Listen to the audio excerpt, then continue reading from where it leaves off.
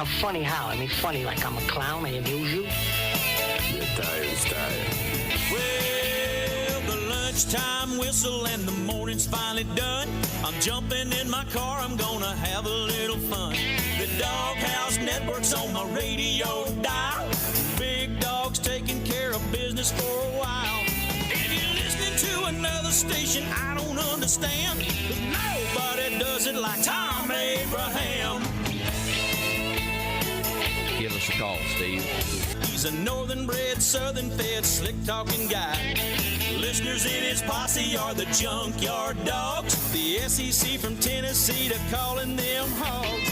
From Gainesville up to Lexington to the Titan Tiger Land, nobody does it like Thom Abraham. I guess I'm on here. Am I on? Can somebody respond?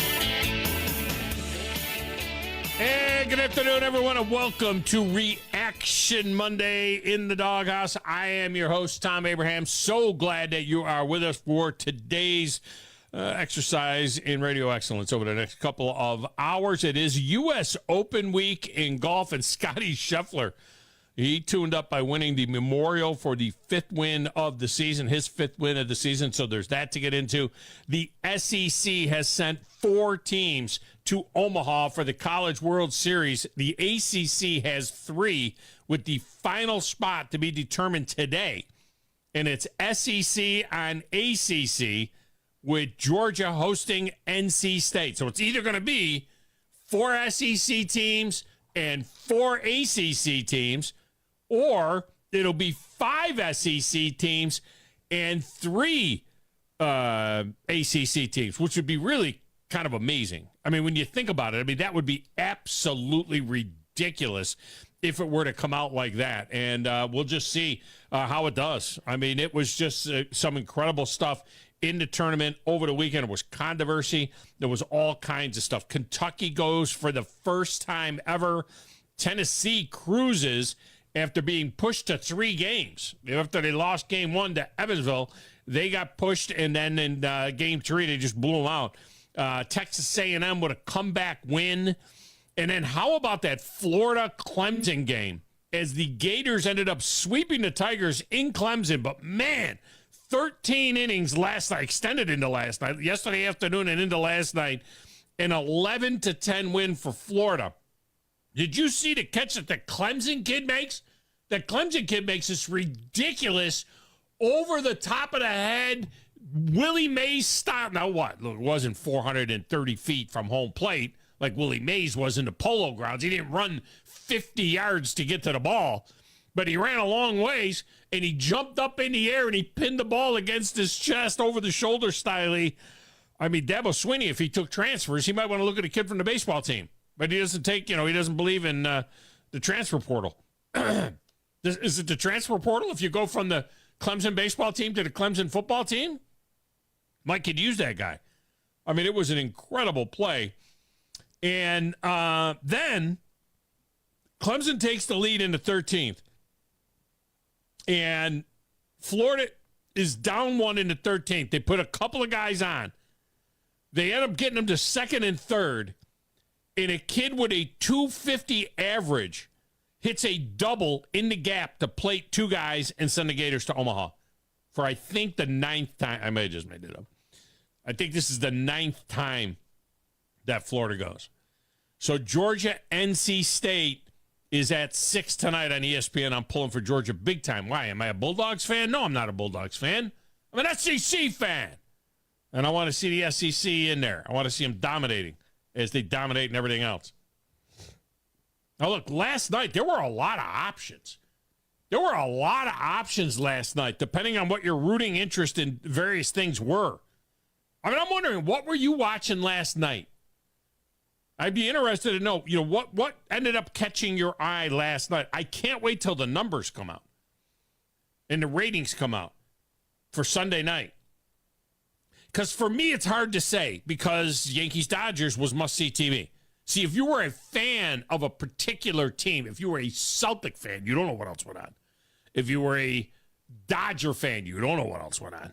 You know what I mean? So as a Yankees fan, To me, Yankees-Dodgers, and it was a tremendous baseball game. It felt like a World Series game. Honest to goodness. Felt like a World Series game. So Yankees-Dodgers was must-see. But I couldn't look away from the Florida-Clemson game either. I missed, a half an inning, several at-bats, whatever. I was popping back and forth between Florida-Clemson and Yankee-Dodgers. And then right after Florida-Clemson, they picked up the Tennessee game, which was a, winner-go-home game for both teams. And so I wanted to see that. And thankfully, Tennessee just blew them out. So I got to take that off of the rotation. Tennessee was up 12-1 in like the fourth inning. I'm like, all right, get rid of that. I'm done with that. Since when did black become a primary color for Tennessee? I mean, come on, man. You're orange and white with a little black trim. You wear that black baseball uniform more than anything else, it seems like now. Black's not, you're not black. Black's not your color. It's not in your color palette. It was trimmed so that we could see the numbers. The orange numbers on a white jersey. Look at Tennessee, for God's sakes, will you? Anyway, I was able to look away from that. The NBA Finals Game 2 was on at the exact same time as Yankees and Dodgers. And I guarantee you that nationally, the Yankees and Dodgers got, 2 million viewers. And the NBA game got 10 million viewers. I'm sure of it. Not here, though. Not in my Barca Lounger, it didn't. I mean, what can I tell you? I barely got to the thing. I hardly ever got there. Since I also had in my rotation San Antonio at St. Louis in the XFL division of the USFL or the UFL playoffs. I was watching that. A.J. McCarron and St. Louis, 40,000 plus in the stands. The atmosphere was fantastic. And the team with the ugly uniforms won the game. That really screwed the network and the league. St. Louis losing that game screwed the league over a little bit. Because now the Stallions, the Birmingham Stallions, right here, Birmingham Stallions, they had a ridiculous comeback on Saturday. They will play San Antonio in St. Louis, where they had 40,000 plus for that game, while barely 10,000 showed up in Birmingham for the Stallions win on Saturday. Now, how many are going to show up next Sunday night for Birmingham and San Antonio in St. Louis, where that game will be played? I mean, look, St. Louis wants to get back in the NFL in a worse way. They're two-time losers with the Cardinals and the Rams. They want to get back in a worse way. But look, if only 10,000 show up in Birmingham for the Stallions, how many people are going to show up there for the UFL championship game? It'll get a great number on TV. She'll get a great number on TV. We'll see. Speaking of the U.S. Open, coming up at the top of the one, Jimmy James, who wrote a fascinating book about playing Golf Digest top 100 greatest courses in America. And he did it in 1 year. I mean, just think about that for a minute. This guy was an executive with Exxon, traveled all over the world, but he comes from nothing. He comes from dirt poor Jim Crow, East Texas. He's 65 years old now. Retired when he was 58. He decided to go out, and he's a golfer. Decided to go out. His wife got him a round at Augusta. How do you do that? That's the first thing I'm going to ask him is, by the way, what do you mean your wife got you a round at Augusta? For what, like Father's Day? Hey, I hooked you up with Augusta.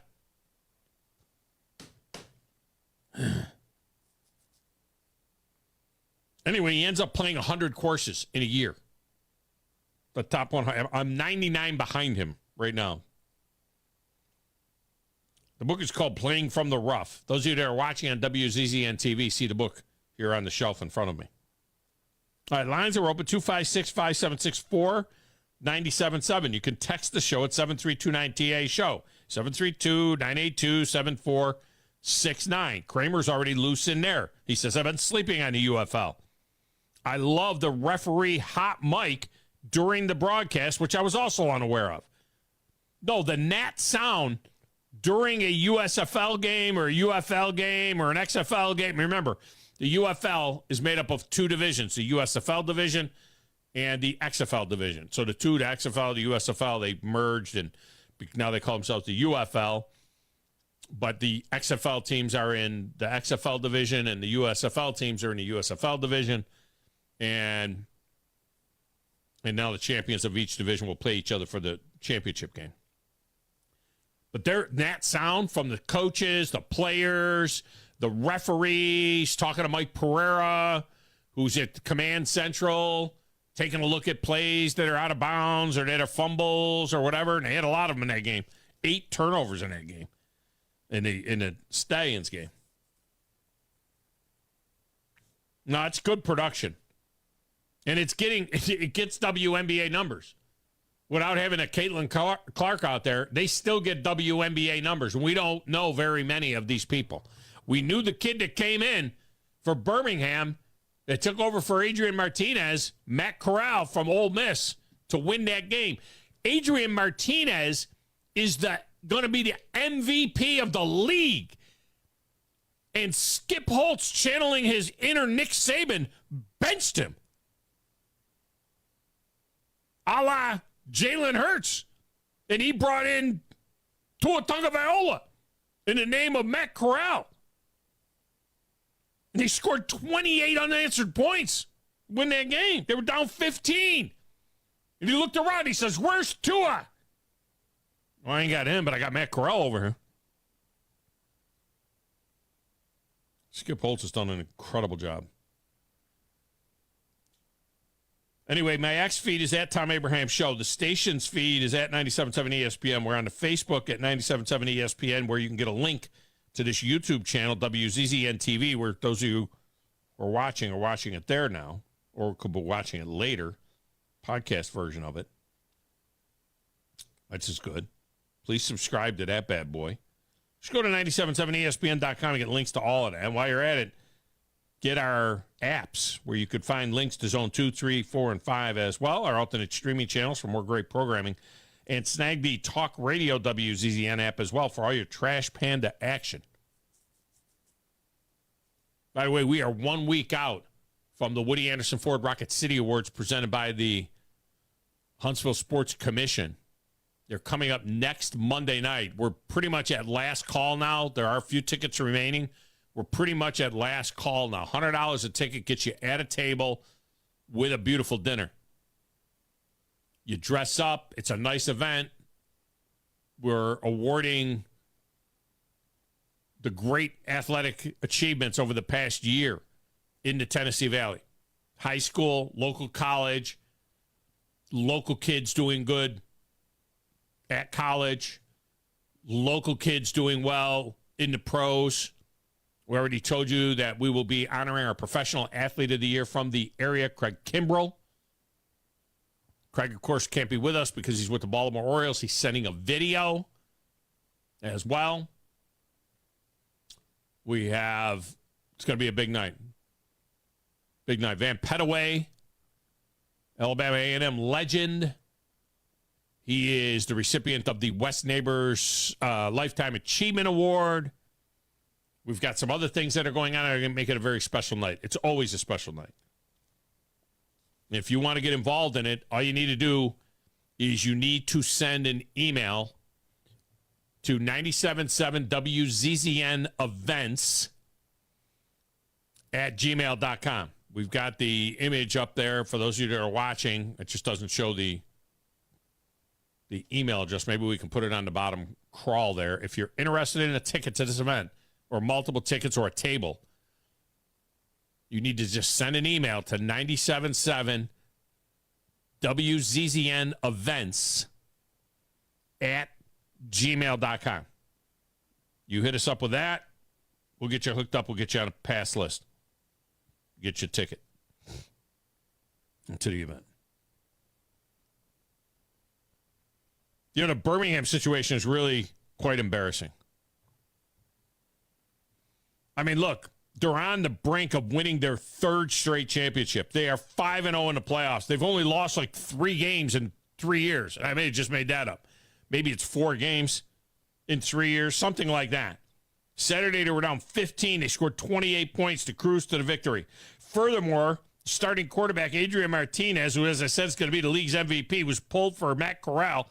And Corral goes in and completes 9 of 11 for 120 yards and 2 touchdowns in the comeback. And no one was at the game. At a beautiful stadium in a nice part of town.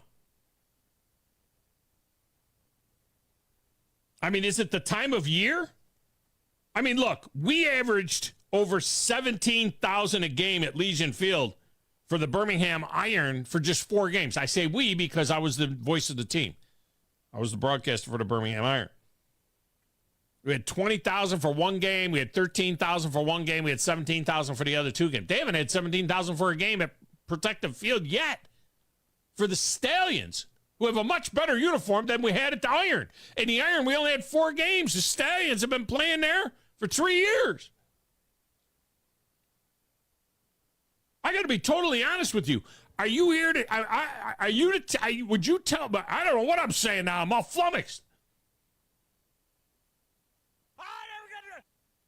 Are you telling me that we couldn't put more than 10,000 people in Louis Cruz Stadium for the Alabama Stallions? If they were the Alabama Stallions? You telling me that we wouldn't have 17,000 people at that game? 20,000 maybe? I mean, it's ridiculous. In Birmingham, are we football snobs? Look, I'm equally to blame. I haven't been to a game. Is it the time of year? I much prefer the mid-February to mid-May schedule. I hope they move the schedule to mid-February to mid-May. There's just too much to do right now, man, in this part of the country and in a lot of parts of the country. I don't like the timing of this.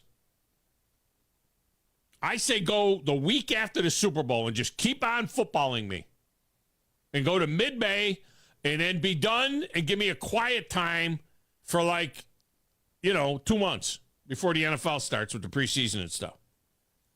Is that what it is? Why didn't you go to any games? People are watching them on TV. They have better numbers than soccer. They have better numbers than WNBA. On average, people are watching it. She's not going to the game.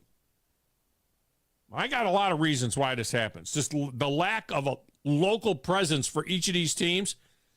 I don't know what they're doing in St. Louis. My God, St. Louis is embarrassing. It's St. Louis. They got 40,000 plus in St. Louis for every game, and we can't get more than 10,000 at a beautiful new downtown stadium in Birmingham to see the best team in the league winning all the time?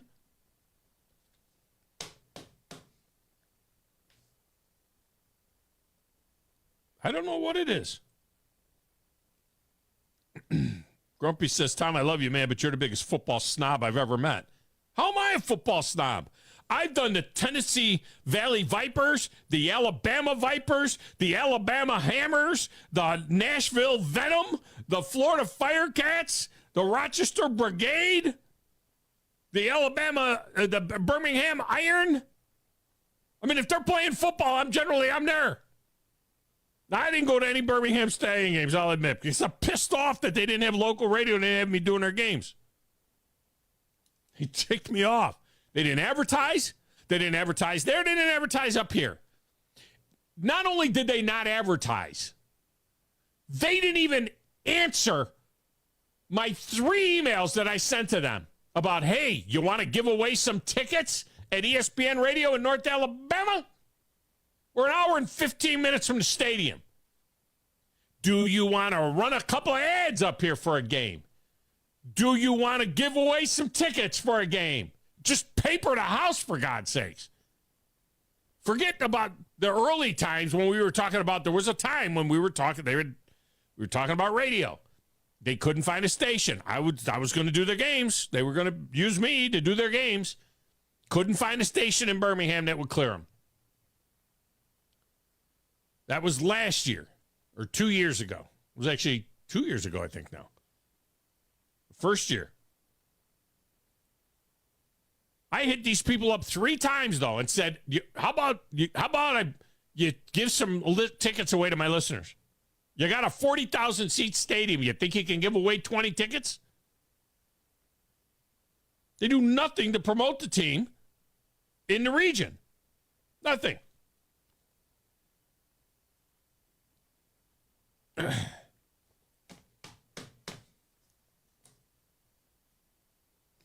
Grumpy says I'm a football snob because I don't let the smaller schools in the college football playoff. I want competitive games. I don't need to see them. Smaller schools have their own small school. I coached at a small school. There's a Division III championship. There's a Division II championship. There's a 1AA championship. And there really needs to be a Group of 5 championship. They need to have their own little tournament. That's what they need. All right, over there playing the Platters That Matter and the Stacks of Wax and keeping us on the air,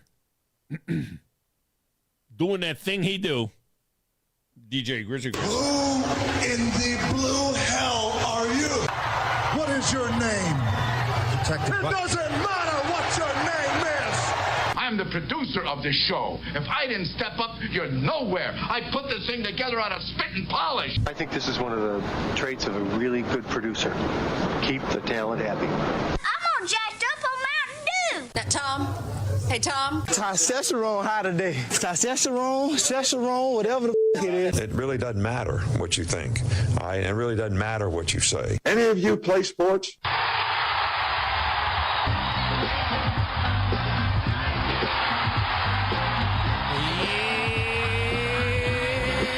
So, Grizz, what did you find yourself once the weekend was over and it was Sunday night and there was all of these options? What did you find yourself watching?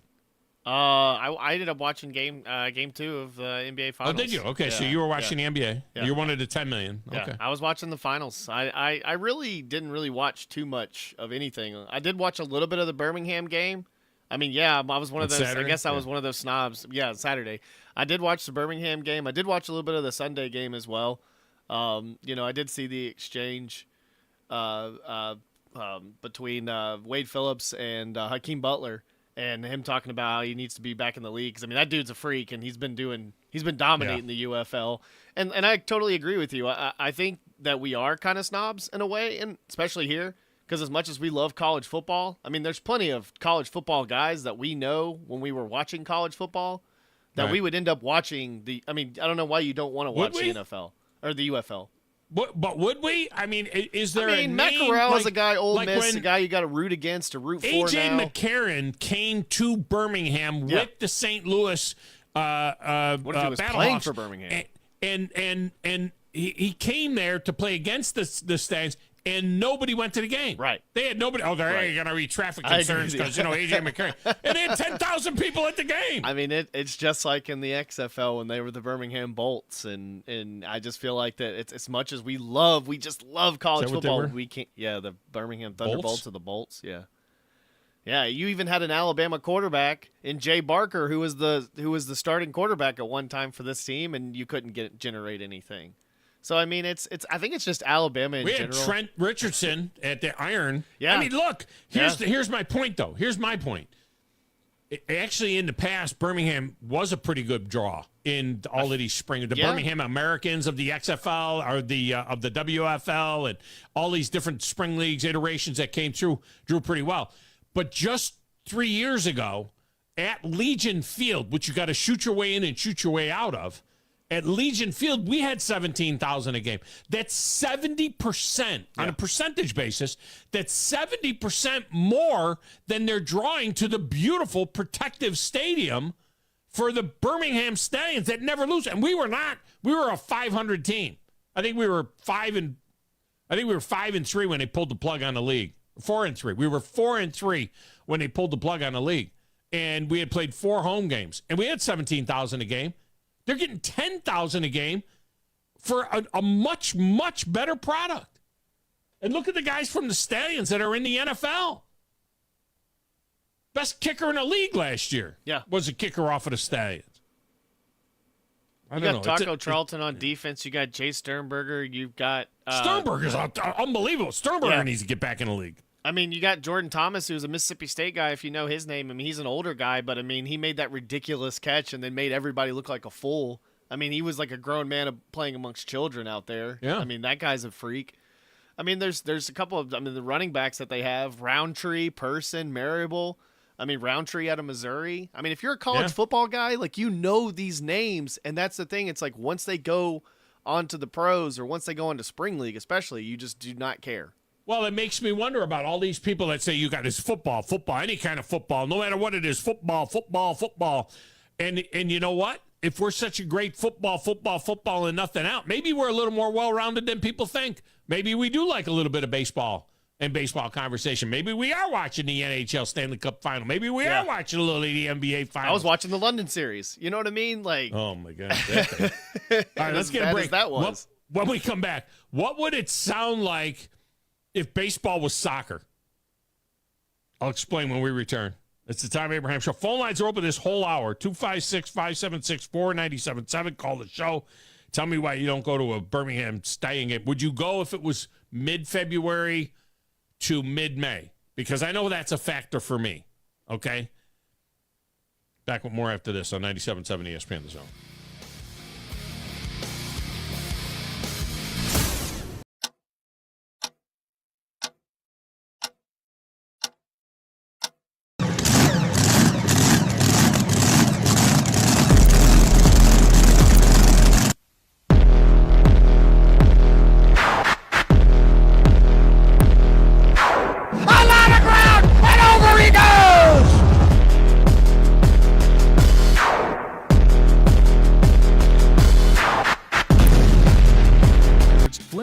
All the ins and outs of the insurance claims process. Log on FlemingHSV.com to schedule your free estimate today.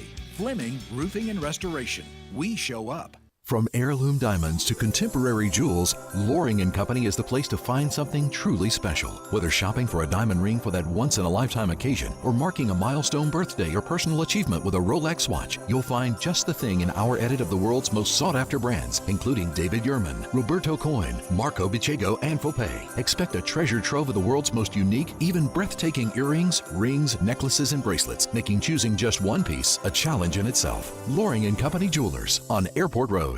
Ann Adams with Berkshire Hathaway Rise Real Estate is the one name to know if you're buying or selling real estate. With years of local experience, Ann Adams offers buyers in-depth knowledge of the local housing market and will narrow available properties down to those you'll be interested in so you can save time when shopping for your new home. If you're ready to sell, Ann offers a seamless process using accurate pricing and expert negotiation skills to make sure you get a fair price for your home. Call Ann Adams today at 256-337-2625 or log on bhhsriserealestate.com. Looking for your next game day party destination? Well, think outside the box and kick back at Flow Supreme Air. And you may be thinking, isn't that the trampoline place? Of course it is. But it's also the one-stop spot for all things fun. And if kicking back with the boys to watch the game is your jam, then you're in the right spot. Jump or not, Flow tends to all ages, meaning while you sit back and watch the game, but little Jimmy's having the time of his life perfecting that front flip he most definitely wants to show you. You got this, Jimmy. So next time you think Flow, think fun for everyone.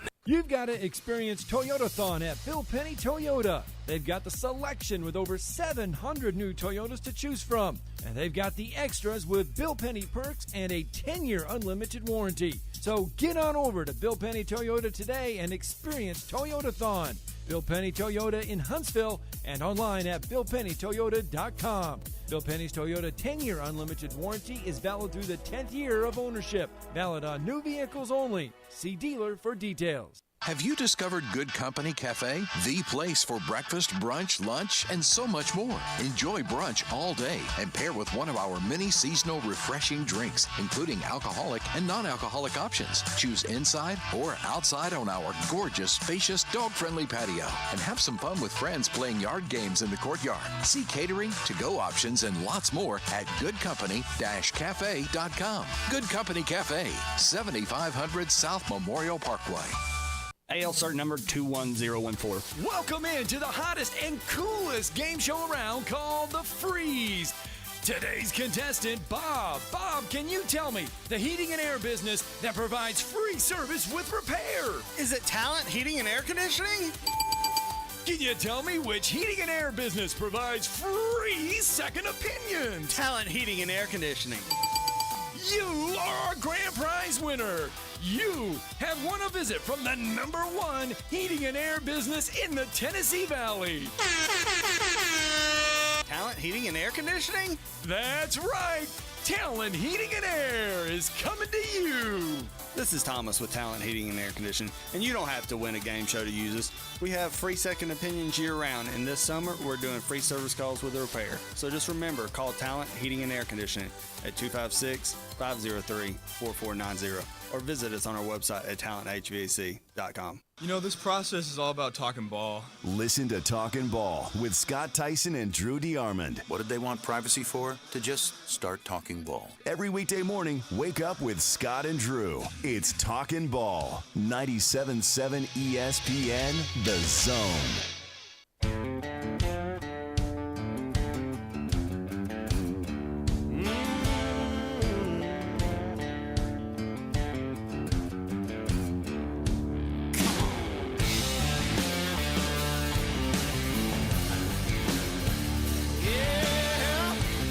Segment of the Tom Abraham Show is brought to you by the fine folks at Owen Home Appliance.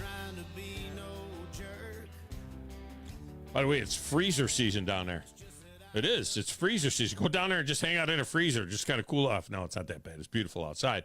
But it is freezer season.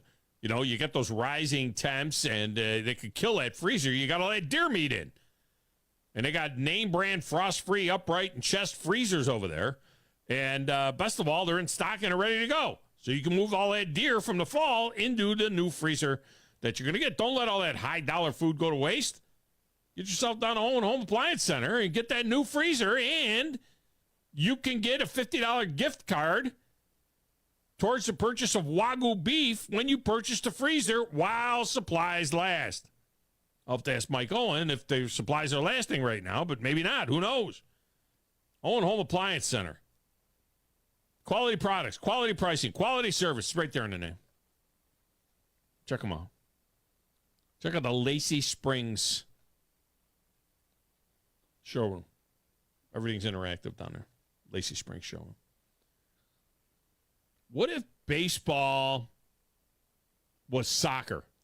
With the pressure on his shoulders, and Castellanos' bat explodes, and they're going to get the runner at home. They're going to get the double play to win the game. What an end! The shattered bat, the runner out at home plate, and the ball fired into the glove of the first baseman, Pete Alonso, and the New York Mets somehow withstand the Phillies rally, and they win Game 2 in London 6-5, 17 hits. What drama, what a game, what a finish. What drama, what game, what a finish. This is so much better than soccer. The bet is shattered. The bet is shattered. It's like the catcher's ankle is shattered too. I'm not sure.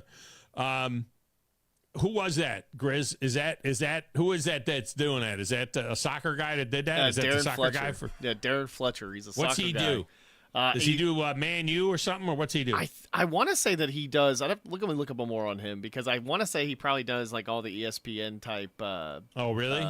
Soccer type stuff. Yeah. So does he do any baseball? Do you think? I mean, is he just doing that baseball? Like it had parentheses. Like he was a baseball guy too.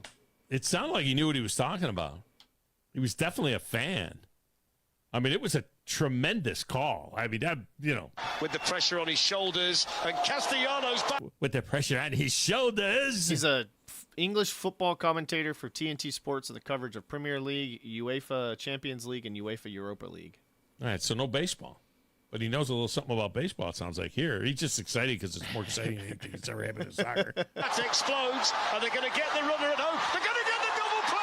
Are they going to get the runner at home? I mean, that's the guy that, I've heard that voice before. Okay. They're going to get the double play. I feel like I've heard him in FIFA. What an end!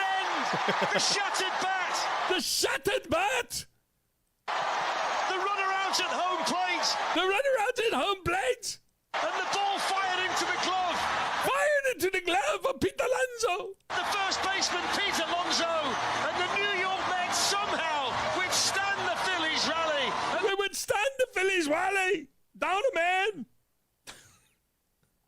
They win game 2 in London 6-5. 17 hits. What drama. What a game. What a finish.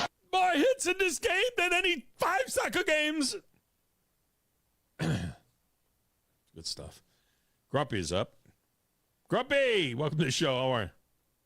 Man, just enjoying freezer season. Hey, freezer season. Yeah, man. You asked what would it take to get me to a Birmingham game, so why not answer the question? This is the way I would do it. Now, I don't know what I'm talking about on their end, but on my end, you got to make it easy until I'm willing to put out the effort to jump through hurdles. Making it easy is coordinating with the major cities around you and having a shuttle. And I know on their end that's like chauffeur insurance. They could sub all that out. But you got to make it fun for me before I get to Birmingham. If the fun doesn't start, the first time I go, if the fun doesn't start till I get to Birmingham, I'm not ever going to come. So I don't know why as a start. Yeah, but if you run a shuttle, you're talking about like run a shuttle from Huntsville or something. I mean, it's only 50 or 100. I'm not. Listen to me. I'm not talking about running a shuttle every game. Forget about that. I'm talking about running a shuttle twice. Just get people involved. Right. Get them to the stadium, and then the second time they come, that's on them. But at least show them your product live. I just don't understand. Listen, if you want a tree to grow, you got to water it. If you want this thing healthy in 5 years, you might not make money the first year or two.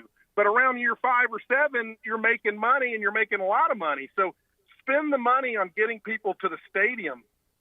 Yeah, and if you want them in the stadium, a lot of people are saying they don't care. It's a studio game. It's just all about the TV. They really don't care about people going to the game. And I'm sitting there saying, wait a minute.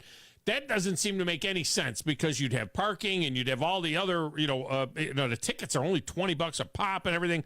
But that's why I asked them. I told them 3 times. I said, give me 50 tickets.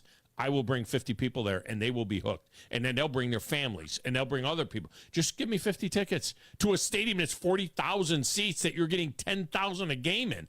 Give me 50 tickets. I'll get a bus and bring people there. And I couldn't get them to they didn't even say no. They just radio silence because there's zero local presence for all of these teams. Yeah. They have zero local presence. It's all run out of it's all run out of Arlington. There's no players going around town, going to doing appearances at car dealerships. There's no there's nothing. It's all run out of Arlington. The teams literally fly to their home cities to do their games and then fly back to Arlington after the game. Everybody was housed in Arlington, including all of the management type people. There was nobody in Birmingham representing the Birmingham Stallions. Oh, I got you, man. That's bad.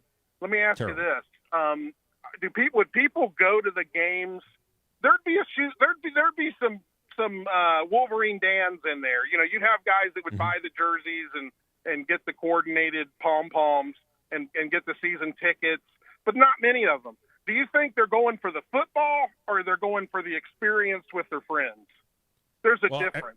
Everybody that's been said that the experience is outstanding. The in-stadium experience is great. Everybody that's been down there has said that the and the football's pretty good.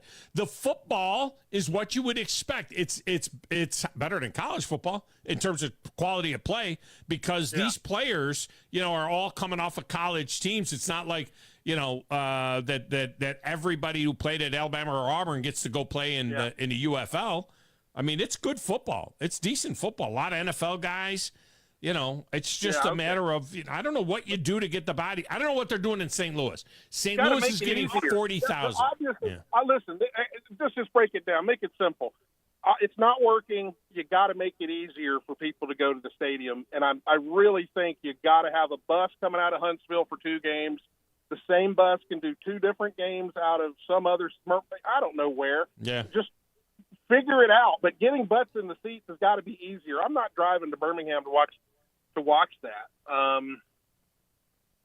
I just, because I don't know yet. You got to show me. Make it easy. I was going to say something else, but time's short, and I can't remember what it is, man. Have a good one.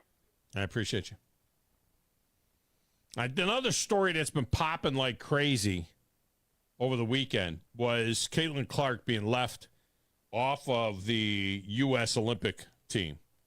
All right, everybody's freaking out over Danica Patrick being left off the U.S. Olympic team. She's not even as cute as Danica Patrick. I mean, you know what I'm just saying?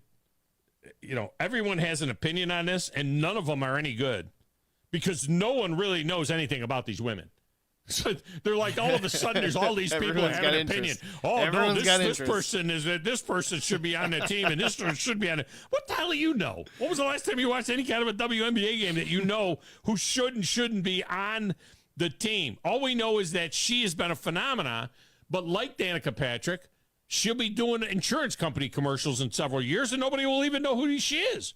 I mean, it's a way. It'll go back to being what it always was. And people are like, no, this is a seminal moment in time for the WNBA. No, it's not. The WNBA had 5 million viewers their very first game, and it started tanking right from there in 1997. The WNBA had a game in 2001 or 2002, whatever it was, that was piggybacked with an NBA game where they had Rebecca Lobo and some other, Shamika Catchings, is that the right name? Shamika Catchings, something like that. Yeah, and Rebecca Lobo played in the game, and they had over 2.5 million people watch that game. And you know what?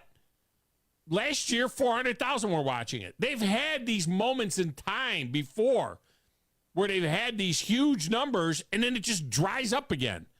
And everybody's just going to realize, like what Gino Auriemma said about Caitlin Clark, is that she, A, does not have an WNBA body. She's not physical enough, and he knows. He's been coaching. He won 11 national championships in women's college basketball. He says she does not have a WNBA physique, which she doesn't, and she's not quick enough off the dribble to be able to beat somebody that can D her up. So she's skinny and slow. And the reason she's not on the U.S. Olympic team is because she's not one of the best 12 players on the planet for college basketball. Women. And we're going to dominate that thing anyway. And then if she's on the team, it's a circus. And if she's on the team, then you have to play her. Because if she's on the team and she's on the bench, then you got to listen to that crap. Why isn't she playing? You can bet in Vegas right now as to whether or not they'll put her on the team eventually, by the time the Olympics come, because there's injuries and stuff. It's right now, it's plus 300. You bet $100 that Caitlin Clark will be on the U.S. Olympic team, and you'll make $300 if they put her on the team. It's minus 500 that she won't be on the team. In other words, you bet $500 to make $100 if you don't think she's going to be on the team. Now, on the other hand, I will listen to the argument as to the fact that you put Brittany Griner on the U.S. team, and she hates the U.S.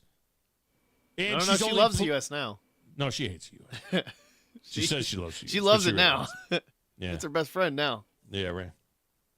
She's only played one game this year. Yeah. She's been injured all year. Yeah. She's played one game all year. I mean, so who knows? Who knows? All I know is this, is that the Stanley Cup is getting 3 times the audience that the WNBA gets. So why aren't we talking about that more? That's all I'm saying. How come we're not talking about that more? How come they're not making a bigger deal out of that more?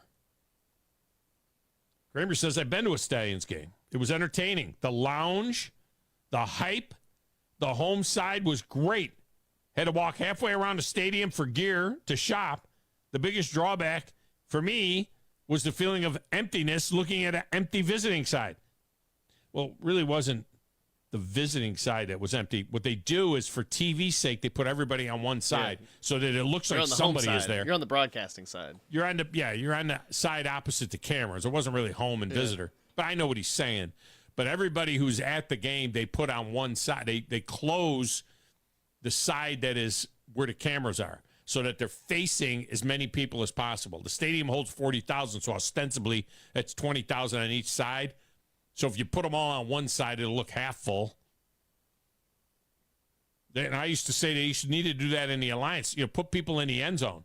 They never put people in the end zone, or they put tarps in the end zone. And I'm like, you know what? Sell a $10 ticket, put those people in the end zone so that why? When you kick a field goal or an extra point, there's some background. That looks terrible. When they line up the kick and there's nobody there, it looks like a Pac-12 spring game. Nobody's there. That night that Luganville was in that little contraption or whatever, that one game where it was just they looked like they just makeshifted a setup for them, and it was raining and it was bad. I mean, It was just one of the worst nights ever, and it just looks awful when you don't have a lot of people there. You're in a small stadium, smaller than a soccer stadium. When you play in the soccer stadiums, it's outstanding in certain places. Like D.C. drew well, and they play in that little D.C. United Soccer Stadium there. And it's great atmosphere, 26,000 people. I mean, there are places that are drawing. I just don't understand why Birmingham is not drawing when they got the best team in the league by far. And I just wonder if it's just not an alliance. There's not a Falcons allegiance. There's not, you know what I mean? I feel like there's so many different types of allegiances. There's kind of you do get Saints games in that area, even though you should get Falcons games, but... So you think if the NFC South was supplying 8 players, each team supplied 8 players, and it would be 32 players, and all the players were made up of NFC South teams. So in other words, Birmingham Stallions were the NFC South's spring league team. Yeah. And then those guys would all go there and play the third string quarterbacks and the guys that are the free agents, the guys on the 85 man, that maybe it would be of more interest. I think so because a lot of people like to go to. Well, I think so because a lot of people like to take the train from Birmingham to New Orleans. There is a Saints affiliation that seems like you do get it on TV. You'll have West or Eastern Alabama that'll be more towards the Falcons a little bit, and then obviously Northeastern Alabama has Falcons as well. So, it's just kind of weird how it's all set up like that. But there's really no allegiance in Birmingham. I feel like there's Alabama or Auburn. That's it. And mostly, I mean, at times you'll hear more stations covering Alabama than you will Auburn. But here again is closer to Auburn. So now here again is my thing though that I keep getting hung up on. In the AFL, in the what was it called? The AAF, in the Alliance. Yeah, AF. In the Alliance, we had 17,000 a game. So what happened in a period of 2 years between the Alliance and the the Stallions, between the Iron and the Stallions, what happened in 2 years that nobody seems to want to go to the game? And I'll tell you what happened. I'll tell you part of what happened. When I was part of the Iron, we had a meet the team luncheon that was packed. We had the games were on local radio with yours truly on the game. They were in several cities around the state. They were on about 5 or 6 stations around the state. They did commercials. They ran commercials all around the area. The players made appearances on their day off on Tuesdays. They were out doing appearances. There was involvement from the city. The city felt invested on some level with the team. You don't get that now. Not what everybody. And there's the dirty little secret. I don't even know. I don't know. Did you know? I mean, we're professionals at this, and we may or may not know. I mean, I knew about it because I'm a spring football freak. Look at it. I'm wearing a $35 Birmingham Stallions hat, nice. For God's sakes, today. It's a beautiful hat. Anyway, did you know that all of the teams, all 8 teams, were based out of Arlington, that they all are housed in Arlington? They live in Arlington, and they literally fly to the games from Arlington. They practice together. They live together. Yeah. And that each team has a PR guy that sends out the information about the team. They're all in Arlington. The coaches is in Arlington. I tried over and over and over again to get Skip Holtz on the show. I couldn't get the freaking guy who handles the Stallions. I couldn't get the guy to answer a phone call, to send back a text. I'm like, can we get Skip Holtz on just to come out? The only people that have been able to get Skip Holtz on are who already had a connection to Skip Holtz. I don't have a connection to Skip Holtz. Other than you think that if you ask the PR director and you say, listen, we're the biggest sports talk radio station in all of North Alabama. We're the only sports talk station in all of North Alabama. We're ESPN radio. We drive the needle. And if you want some people to come from here, we need to make this a thing. Let's Skip come on the show and talk about the team. Let's talk about the personnel, and let's make a thing out of it. I mean, you know what I got? I'll tell you what I got. I got nothing. I got crickets. I got nothing back from these people. Yeah. I mean, Silence. It was ridiculous. It was just... That's just me. Now, they might have done a little bit in Birmingham. Not much. Not much. Not much. Let's get a break. Come back. Final segment of hour number 1 is next on 97.7 ESPN The Zone.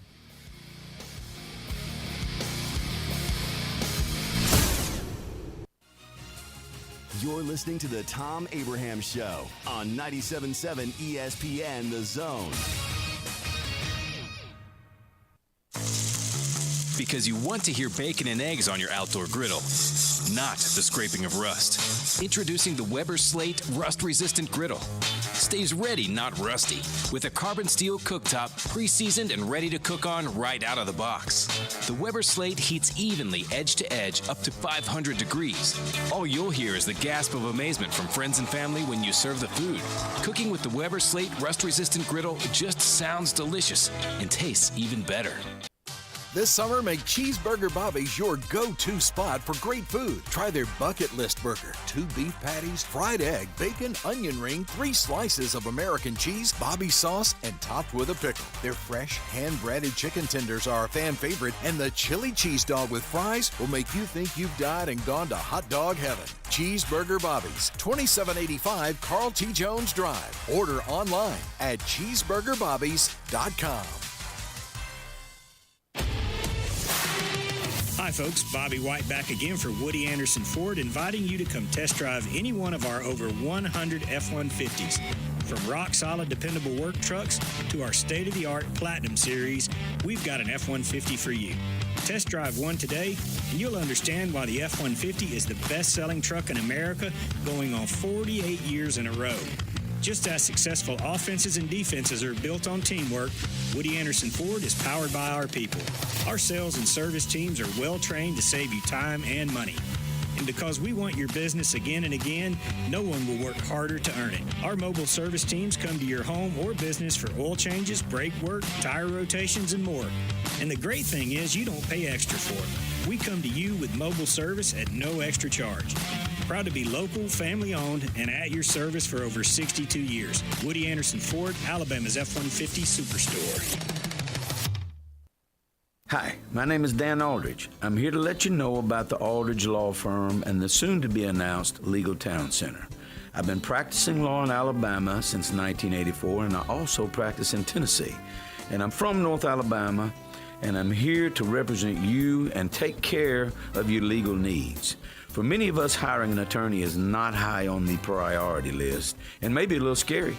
But it's something that we all need at some point. So by all means, do your homework. And if you need representation for car accident, wrongful death, medical malpractice, nursing home abuse, or estate planning, or any other matter, just give us a call at 256-534-3188.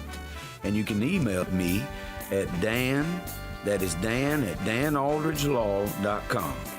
Dan at danaldridgelaw.com. God bless America. No representation is made that the quality of legal services to be performed is greater than the quality of legal services performed by other lawyers. Dash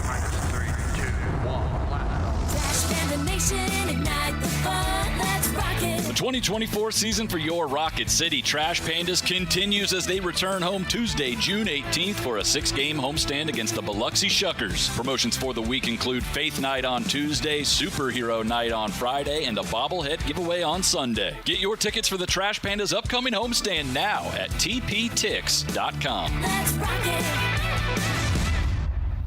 Did you know that Valley Equipment Rental also specializes in day and weekend rentals to homeowners? The weekend rentals is by far the best deal that they offer. If you pick up after 2 on a Friday or anytime Saturday morning, it's not due in until Monday morning before 8 a.m. for a one-day charge. For a small fee, Valley can even haul anything they carry. Valley has extremely experienced and knowledgeable staff that can help you decide what size machine you need or what type of machine you need to get your job done like a pro. They have all the big items that the contractors need for their jobs, but they also carry the small tools that can help you with your DIY project. More importantly, Valley is locally owned and operated, which means when you have an issue, you can get someone on it right away, right here in the Valley. Heck, ask for Ross Roberts, the owner, if you like. Try calling one of the big box national outlets and ask for the owner. That's if you can even get through the automation. Buy local. Buy Valley Equipment Rental. Valley Equipment Rental has 2 locations, one on the North and South Parkway. Learn more at valleyequipmentrents.com. By now, you know about Eagle Masonry and Insulation, and maybe you know that Eagle also does landscaping and dirt work. But how about after paint work? Shower doors, shelving, and mirrors, all taken care of by Eagle, the same Eagle that takes care of all your masonry, insulation, and landscaping needs. Eagle brings the same level of expertise to all these disciplines, and they're ready to provide you with a free quote. The website is the same, insulatewitheagle.com, as is the phone number, 256-755-1556. Give them a call and see what Eagle can do for you. Eagle saves you time. Eagle saves you money. Everything you need is just a click away. I screw up sometimes, too, man. Okay, almost everything. Come on, pal. Tell your fortune. Log on today. 977ESPN.com. 977 ESPN, The Zone.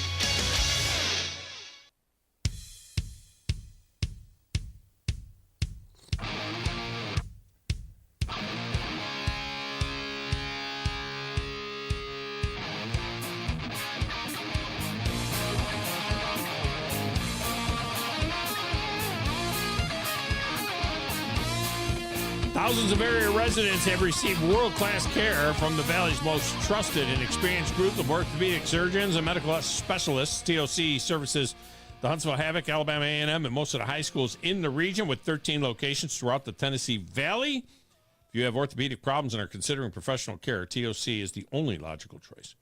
Now, whether you have had a work-related injury or got sidelined playing the sport you love, you need the best care, the best physicians, the best facility to get you back in the game. I think you'll agree that's the Orthopedic Center. Get in the game. TOC. All right. Coming up at the top of the hour, fascinating guy, Jimmy James is his name. I've just begun his book, Playing from the Rough. This dude, after a very successful career with Exxon as a major executive there, decided to play every single course on Golf Digest 100 courses, and he did it in 1 year. And the hook to this story is he's African-American, and he was born and raised in the poor country of East Texas during the Jim Crow era. He's actually a couple of years older than I am. But he didn't let that hold him back. We'll talk with Jimmy James next on 97.7 ESPN The Zone.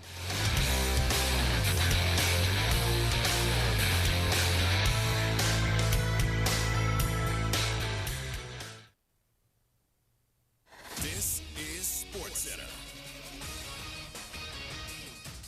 I'm Christine Lisi. Will he stay or will he go? Two-time defending national champion coach Dan Hurley told ESPN's Adrian Wojnarowski he plans to make a decision on his future today, either remaining at Connecticut or leaving to become the Lakers' new head coach. Hurley said the Lakers made a compelling case and presented a compelling vision for him, but he does love what he's built with the Huskies. Celtics center Kristaps Porzingis appeared to tweak his right leg in the fourth quarter of the win over the Mavericks Game 2 NBA Finals.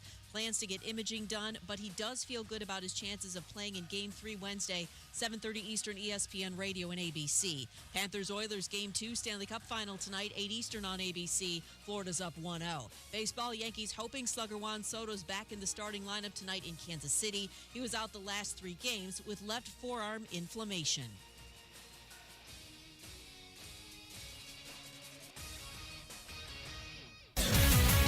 WZZN, Union Grove, Huntsville, Alabama. 97.7 ESPN The Zone.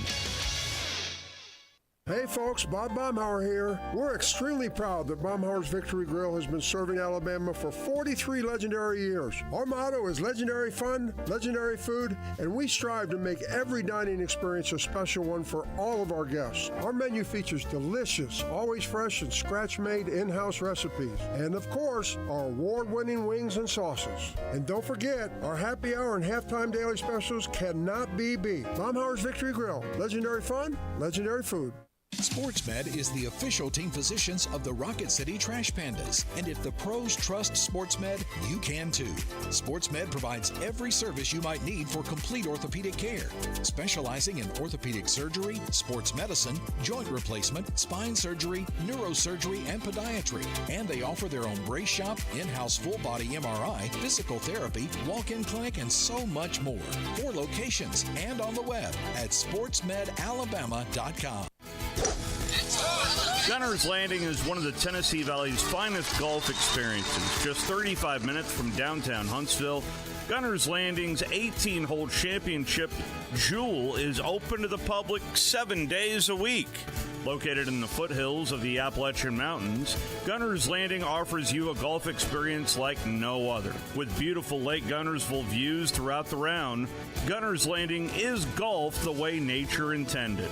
Gunner's Landing's club repair shop offers a full range of services, including re-gripping and adjusting the lofts and lies of your clubs, even putters. Since the work is done in-house, your clubs will be returned to you in a timely manner. Unmatched in the North Alabama area, it is Gunner's Landing. Schedule your tee time today at gunnerslanding.com. That's gunnerslanding.com. Tom Luganbill here for my friends at Woody Anderson Ford. Bobby White and his team take great pride in their service department, and you can see it the moment you walk into those beautiful new service lanes. And just like a championship team, they all work together to make sure your experience is second to none, whether you drive a Ford or not. Also, check out the gold-certified pre-owned inventory at Woody Anderson Ford for great deals every day. Stop by and see them at Jordan and Sparkman or at Woody Anderson of Madison on Hughes Road, or visit WoodyAndersonFord.com. Behind some strong defense, clutch pitching, and a solid offense, this 2024 Brave squad's gearing up to make some noise in the National League. Sends one soaring to right field, back to the chop house, 3-0 Braves. He's done it again. Tomorrow night, the Braves road trip rolls on from Baltimore as Austin Riley and the Braves take on the Orioles at Camden Yards. Braves Radio goes on the air at 5:20 Eastern, 4:20 Central on the Atlanta Braves Radio Network. The Drive with Wes Neighbors and Steve Moulton. Listen weekday afternoons starting at 5 on 97.7 ESPN, The Zone. It's perfect!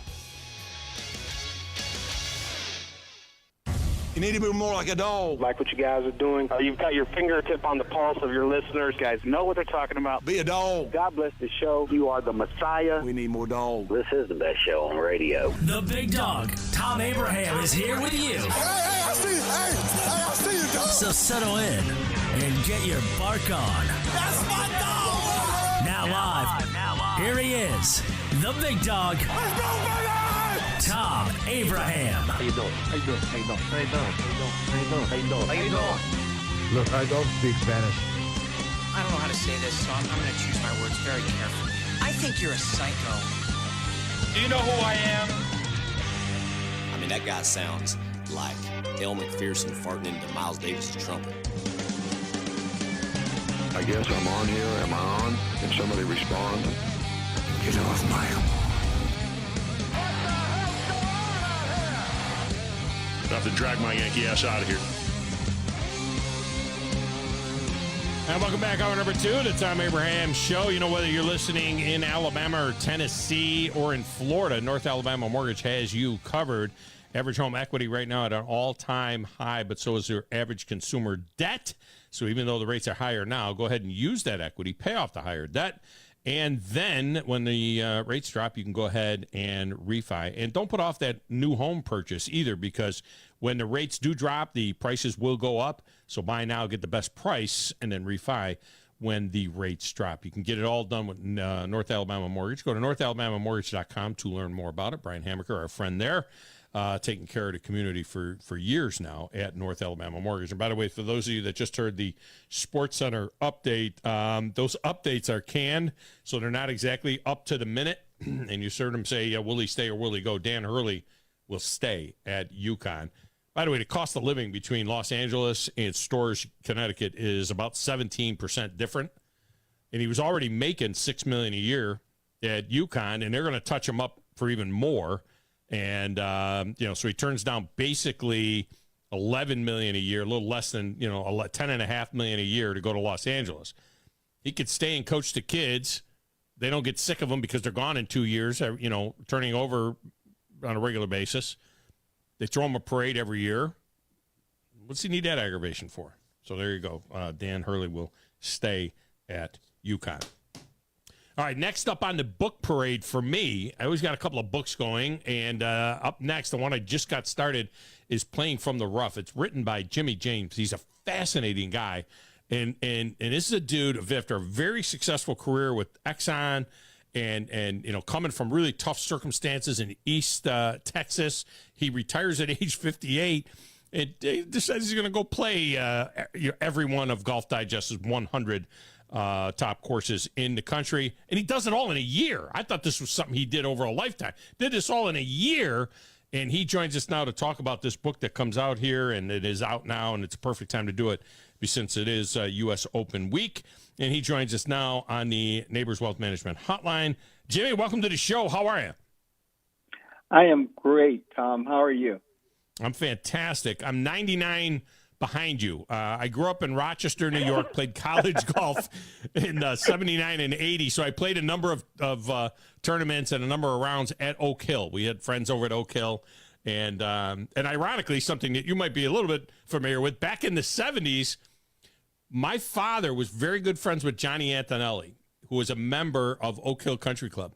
And my dad tried to join Oak Hill Country Club, and I'm predominantly Italian.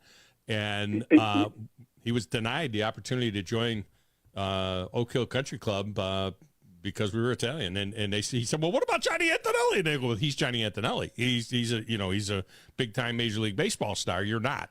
And so I kind of been faced with a little bit. Golf can be a little bit restrictive at times, which is something I'm sure that you've found over your lifetime. I didn't include this in my book, Tom, but in a blog that I wrote on each of the courses for Oak Hill, I played with an Italian, a Jewish guy, and me, a black guy. And in the blog I wrote an Italian, a Jew, and a black guy walk into Oak Hill. And they play, and nothing happened. Because there was a time when neither of the three of us would have been allowed to play there. So that tells you how much progress. We still got some progress to make, but there has been progress made. So that first hole there at Oak Hill, Ben Hogan called it the toughest hole in championship golf, and I birdied it right off. Did you really? Now, did you play it from the tips? Be honest here. Now, I don't know what kind of handicap you are. I did not play it from. I did not play it from the tips. I played one course from the tip, and that was Milwaukee Country Club, 7,100 yards. And I spent the whole day over swinging, trying to keep up with this scratch golfer who was bombing the ball straight down the middle and hitting every green in regulation. Well, I saw somewhere in the write-up 8,700 strokes, which, I'm no math major, almost 8,800 strokes, but I'm no math major, but it sounds like about 88 per round. Would that be about right that you averaged about 88? Yes, that's how the math works out. That's how the math works out. Yeah, right. On these 100 courses. The hole that gave me the most fits there was 13. They call it Hill of Fame. And now back in the day, now we're talking about 1979, 1980, Persimmon still right at the advent of Big Bertha and the Metal Woods come out. But you'd have to hit 3-wood off the tee because there's that creek that's down there. And so you had to lay up in front of that. I hit 3-wood, 4-wood, 4-iron to the green, and this was 2 weeks before the PGA Championship in 1980 there, and it was the most brutal hole. I mean, nowadays these guys, 580-yard hole, they're hitting, driver 9-iron. I mean, it's just crazy the game they play. It's not a game that you and I are familiar with. The last time I played that hole, I did reach the green. With the 3-wood, but reached the green in 2 with the 3-wood, because you're talking about that par 5. You're talking about that par 5 that has that creek crossing the fairway, and so some people you have to lay up short of the. Some may have to lay up short of the creek on their second shot if they don't hit a good drive. But it's crazy. They have renovated. They renovated the hole. They renovated the course a few years ago, since I played it, and I played it again afterwards to play the renovated course. And I thought when I played the course that it was spectacular, and I didn't know how they could improve upon it. When I went back to play it after the renovation, I'm like, you took what was great and made it even greater.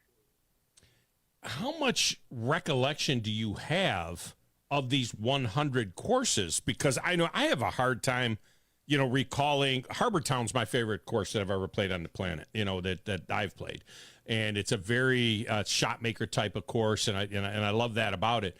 And I've played it 5 or 6 times and have a hard time sometimes recalling some of the holes. You remember the famous 17 and 18 and even 16, and some of the holes you remember. But for you, having played 100 of the greatest courses in the country, on top of all the other golf that you may play, how much of the courses do you recall? Well, I'm starting to forget them now, but people were fascinated by the fact, like I'd run into members of these different courses, and I'd tell them every shot I made on every hole on their course. Wow. And describe every hole to them. I cannot do that now. I'm starting to, they're starting to fade, and some of them are starting to run together. But spectacular holes like number 13 at Oak Hill, they redid the hole, they lengthened the hole, and so when I went back and played it after the renovation, they too were fascinated by the fact that I was describing the old hole and and I said, this is what you did to this hole. Now you moved this, you added this hole in, it wasn't here. Yeah. And so I could do that at one time, but it's starting to fade now. I think I would want to stand with a small bucket of balls on 7 at Pebble Beach. That par 3 right down the hill. I just want to get up there with a small bucket and just hit ball after ball after ball at that green. You just need one ball and a lob wedge. That's it. That's all you need. It depends upon the wind. It depends upon the wind. But just always hit it over those bunkers on the right front corner, and onto the green there, and then putt to wherever the flag is. Forget about the flag. Just clear that bunker. And then putt to wherever you need to go. Jimmy James with us here. The book is Playing from the Rough, and we'll explain that title in a moment. But, the follow-up book, I have a bad habit of just giving everybody unwanted advice on suggestions and things. The follow-up book here is the ultimate 18-hole course from these 100 courses. You know what I mean? Is that, the best number 1 hole, the best number 2 hole, the best number 3 hole that you played when you played, these 100 courses and these 1,800 holes. What would be the ultimate course? What's the best 18th hole you played? I mean, my gosh, you played some wonderful 18th holes. It would be tough to do. You and I think alike, Tom. Because one of the things I fantasize about, and I don't fantasize about much, because most things, if it's something I want to do, I figure out how to do it. But I need a rich benefactor that has access to a plane and a jet and a helicopter. Because the ideal thing to do is exactly what you're saying, is to start on the East Coast, work my way across the country, and play the best first hole, second hole, third hole, fourth hole, fifth hole, at one hole at each of these courses, at 18 courses that would make up this dream 18 holes. It would be a logistical nightmare. What I did was a logistical nightmare. This would be even more of a logistical nightmare because you'd be dropping in and you'd have to get privilege to play just that hole and take off. But that would be a dream come true, is to play the best first hole, second hole, third hole, and so on, moving across the country. Jimmy James with us talking about his book, Playing from the Rough. Now, Jimmy, 33 years with Exxon, became a top executive there. But, let's go back to the beginning. I mean, you come from some really, really rough beginnings, living in a shack with outdoor plumbing as a kid, growing up in Jim Crow, Texas, East Texas, and it's something that a lot of our listeners that are listening right now here in Alabama that are familiar with as well. And, I mean, I don't know when you start having that dream or that thought that you would be able to do something like this, just due to restrictions and that unforeseen little subtle type of subtle and not so subtle type of racism that would be out there as well. But you overcame an awful lot in your career, and then also to do something like this, with this book. Yeah, so this past Saturday, the Wall Street Journal did a review on my book, which in itself is just a privilege. Mm-hmm. But I had a thought, and that thought was, only in America could I go from a kid who ripped pages out of a Sears and Roebuck catalog and crumbled them up to use as toilet paper to wipe my butt, to a review in the pages of the Wall Street Journal. I mean, think about that. That is amazing. Do you find that you feel compelled to now that you're in your retirement age, you're a couple of years older than me, but only a couple of years older than me, and I find that I love talking to my grandkids. I love talking to young people. I did an appearance at a fishing event this past weekend and talked to a lot of young kids, and you kind of give out some of that advice. In your particular case, do you find that you have any kind of a calling to share your story with young African-American men, especially about responsibility and about what they can and can't do and about limitations that they think are there that maybe aren't there, and so on? Do you feel compelled to tell that story specifically to that crowd? Well, what I feel compelled to tell everyone that you can probably do a whole lot more in life than you think you can, and never allow anyone else or any outside factor to define you. Do not allow the challenges that you face, regardless of what they are, to determine what you are capable of doing. Do not allow someone else's perception of your limitations to define what you are capable of. Mm. And so in this book, Playing from the Rough, what I try to do is lay out the challenges that I faced and then state how they were overcome. And so there's racism, overcome it. There is poverty, figure out a way to overcome it. And it's not easy, but just like golf is not easy, but it can be learned and played and you can get good at it, life was never intended to be easy either. Everyone has challenges, and to each person, their challenge is daunting to them, regardless of what that challenge is. So whatever the challenge is, my calling is to say, whatever the challenge is, figure out a way to overcome it. And that life is defined at the intersection of aspiration and adversity. When your biggest hopes and dreams for your life are challenged by or threatened by your biggest challenges, what you do at that moment defines your life. Do you quit or do you find a way to forge on? And I challenge everyone to find a way to overcome those challenges and forge on.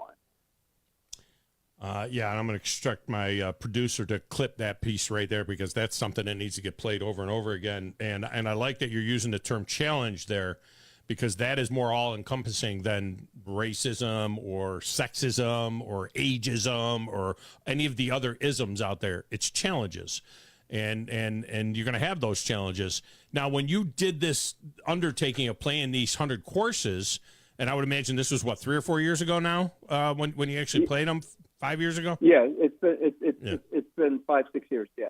Yeah, 5 or 6 years.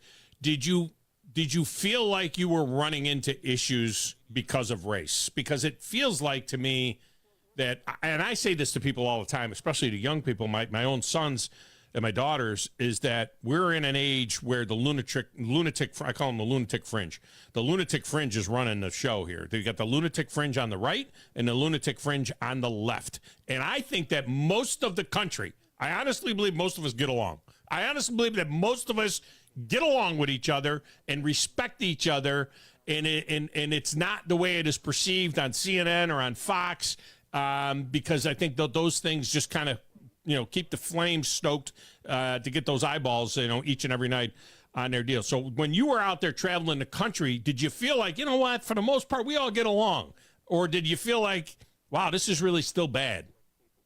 No, I felt like we all got along, and I write stories about that. And I hope everyone buys the book and read, and particularly on that subject, read about my observations at the Golden Corral in Evansville, Indiana, where I witnessed firsthand e pluribus unum, where I witnessed in the middle of the country the melting pot, the threads that are woven together to make America the great country that it is. And we all know this. We ought to be able to talk about these issues without it being controversial. Slavery was rotten. It was evil. It was wrong. Mm-hmm. But whether we came here in bondage or whether we came here by choice, together we have built the greatest country in the history of civilization. And together we can make it even a more perfect union. We have to find a way to get beyond our differences. So when I wrote Playing from the Rough, one of the things I tried to do was tell stories that would allow every single reader to find a connection to me. And if you can connect with me and my background, as different as it is from yours, you can see our common humanity. And it is hard to hate when you connect with common humanity. So read the stories in Playing from the Rough to understand my view of what I saw. And I saw good and bad, but I saw people working together. And I didn't experience racism at any of the courses, at least not that I could detect. I was concerned about it, and I was on pins and needles because of it. But I felt welcome every place I went, and even celebrated. Like at your course in Rochester, yeah. I mean, they wouldn't let me leave. I needed to drive to Shinnecock, out to Long Island to play the next day. They wouldn't let me leave. And they gave me a commemorative bag tag for my top 100 quest, and I was introduced to every member that was there that day. That's great. But it was just a wonderful experience and celebrated. Now, on the other hand, I was afraid that I was going to run into racism, and expected actually that I would at some places, but I did not. Yeah, that is. So this year, this is a poignant time to read this because we are in an election year. We are very much a divided country. Maybe some people, when they read this, will kind of change their attitude about being so divided. Jimmy James with us here. By the way, that is his name, Jimmy James. I mean, that means, right? I mean, your parents named you, your mama named you James? James? I mean, is that how this came about? Named me Jimmy James. I'm named after my great. Oh, there you go. My great grandfather, whose birth certificate, actually, whether I write in the book, whether by intent or error, actually had James on it. James. And he was called Jim. And so I was named Jimmy, Jimmie. That's officially on my birth certificate, along with the words colored and illegitimate are on my birth certificate. Wow. Jimmy James. The one thing, Tom, that I want to make sure that I'm clear on is that racism is alive and well and still exists. I think it exists less now than it did in the past. It certainly exists less. It's talked about a whole lot more, but I think it exists less now than it ever has. But regardless, we have to overcome it. I don't think we will ever eliminate it. We just need to make it impotent. We need to make it irrelevant. And we make it irrelevant by overcoming the challenges that it presents, just like anything else presents a challenge, and we have to overcome those challenges to achieve our dreams. That's well said, and those things exist in a lot of different areas of life. You know, whether it's racism or, like I said, all the other isms. And in our business, it's age is a thing. I mean, I remember being when I was 44. It's a part yeah, of the right. It really. I mean, I remember at age 44 being referred to as a young talent in a large corporate company, and then at age 50, the offers stopped coming in, because all of a sudden I was an old dude, you know, and it's just that's the way it is in the media, you know. And my hair grows gray, you're not on TV anymore. You know, it's kind of a weird thing. All right, I got to ask you one more question. Jimmy James, our guest. The book is Playing from the Rough. Those of you that are watching on WZZN TV, you see the book cover listed there, shown there. You see Jimmy's smiling face there as well. You also, I have the book here on the shelf in the studio, so you're seeing it right in front on the shot here, and it's available everywhere. This is a great Father's Day gift. I mean, with Father's Day coming this weekend, and of course the U.S. Open. I got to ask you a golf question though. You and I are both of a similar age, so when this kid Tiger Woods showed up when he was 19 years old in Hello World, the thought process was that it was going to change golf, and it was going to change the athletes that were participating in golf. And I really felt that we were going to see a new kind of athleticism, and that we were going to see many, many more people of color playing the game. I grew up, as I said, in Rochester. We had Calvin Pete when I was a kid. I actually caddied in an event with Calvin Pete as a kid, 15 years old. And you know, at that time it was Jim Dunt, Calvin Pete, and Lee Elder, and those guys. And here we are 25 years later. We're at the end of Tiger Woods' run. There were more blacks playing on the tour then than there is now. And it's stunning to me, and I don't know why. Can you tell me, as a guy that it rose up to a high level at Exxon and everything else and did what you've done in your life, why do you think it is that here we are at the end of Tiger's 25, 30 years, and there are less African-Americans playing golf at an elite level than there were 30 years ago? So I'm an engineer, I'm a scientist, and I need to separate science from assumption, from speculation. I do not have the scientific answer because I haven't done the work, the studies to come up with evaluating this theory. But I will speculate, which means this is just me speculating. This is not me saying here's the answer. And someday, hopefully, I can take my theory and test it. But here's what I personally believe is the case. Professional golfers came up two ways. White professional golfers through country clubs, and with great teaching and great support.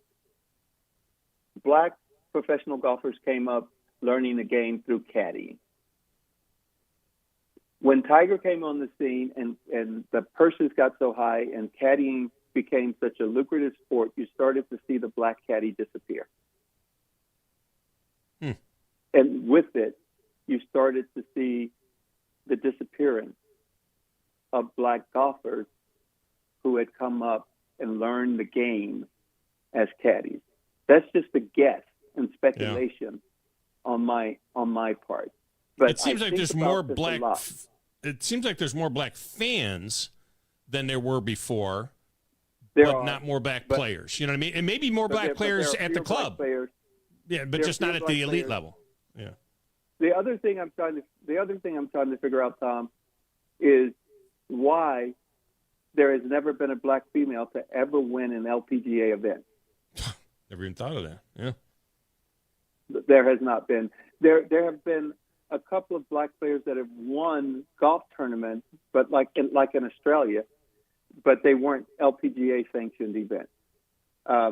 And so these are things that I don't know the answer to, and I think about and try to figure out, because I would like to be able to have an impact on truly changing, opening the sport up. I believe that golf is an amazing way to learn the types of things that help you become successful, the types of things that meet the type of people that are good to have connections with, that can help you succeed and do business deals with. And there's just a lot that goes on through the game of golf and at country clubs and through golf. So I would really like to see the face of golf change and have the opportunity to help affect that change. So I'm working on trying to figure this stuff out. Jimmy James has been our guest. The book is called Playing from the Rough. Jimmy, appreciate you. I tell you, a lot of our listeners appreciate you too. You know, here in Huntsville, Alabama, with the Redstone Arsenal, engineers they probably outnumber, engineers and scientists outnumber the rest of this community in a big way. I see a car every once in a while. It's got a bumper sticker on it that says, sometimes it does take a rocket scientist. So that's what you see around here with the home of NASA and everything that goes on here at Redstone Arsenal as well. I appreciate you, man. I can't wait to get into the book. I just started it, and I'm sure it's going to be a fast read and a fascinating read as well. Thank you, Tom. And yes, everybody buy the book, Playing from the Rough. There you go. Buy the book. All right, man. Appreciate you. Thanks. Thanks, Tom.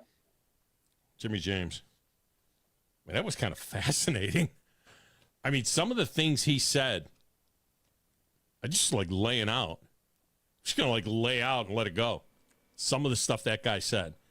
Grizz, put a star next to that one, because Friday, when I'm off doing my my thing with Bassmaster on FS1, you need to replay that. That'll be Friday of the U.S. Open, so it'll be very poignant.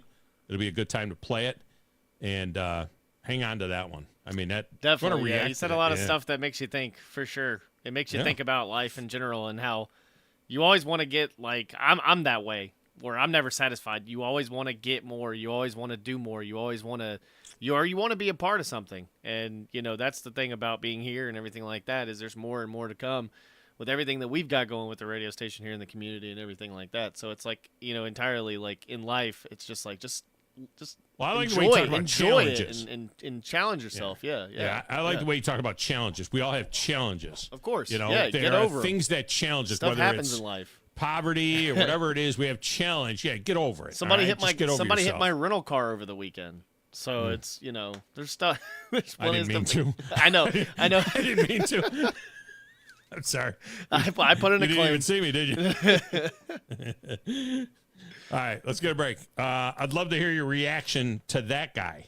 All right, 256-576-4977. 256-576-4977 will get you into the show. We'll take your phone calls next, right here on 97.7 ESPN The Zone.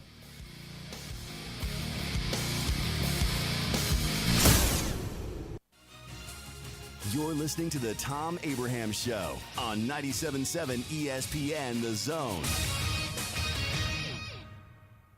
Drivers who switch and save with Progressive could save hundreds, which could be life-changing. I mean, you could put that money towards that zero-turn lawnmower you've always wanted. And after using its edge-shaping technology to meticulously sculpt the face of the Mona Lisa into your grass, you'll become the undisputed king of Saturday morning lawn care, leaving your neighbor and sworn enemy Gary to question his place in the delicate neighborhood ecosystem.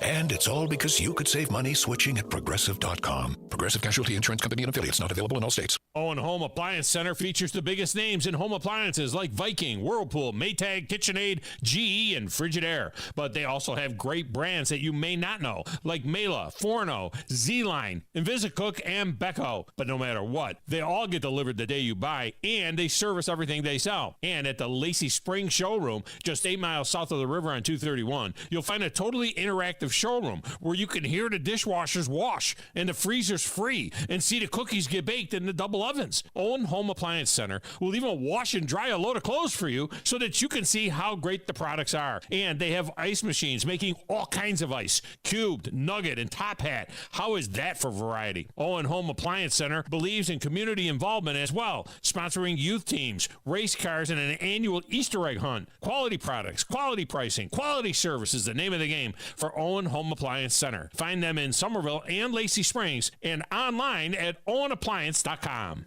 Our customers want best-in-class solutions. That's why we've recently added many new vendors like Zebra barcode printers. Our next level team has added premier automation solutions. We're not here to sell you just one product, and we love helping you find the right solution to your specific needs. That's what doing the right thing is all about, and that's why our customers have come back for over 50 years. I'm attorney Gary Lackey. If you've been injured and need a lawyer right now, do you know who you really get? I'm attorney Jennifer Lackey. You want to talk to your lawyer. My clients talk to me.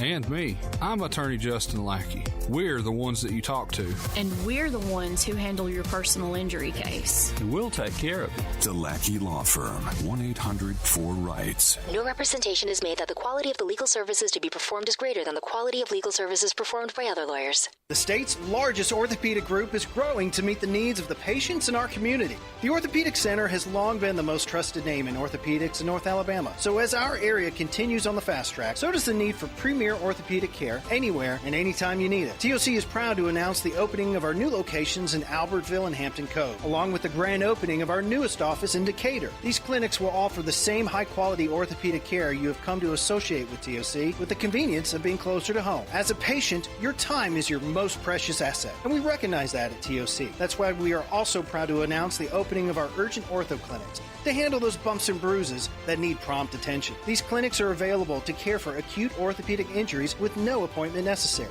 With 38 physicians, 20 centers of excellence, and now more than a dozen locations to serve you, TOC will continue to be the name you turn to for the best orthopedic care at the right time. Visit our website at visittoc.com for more information.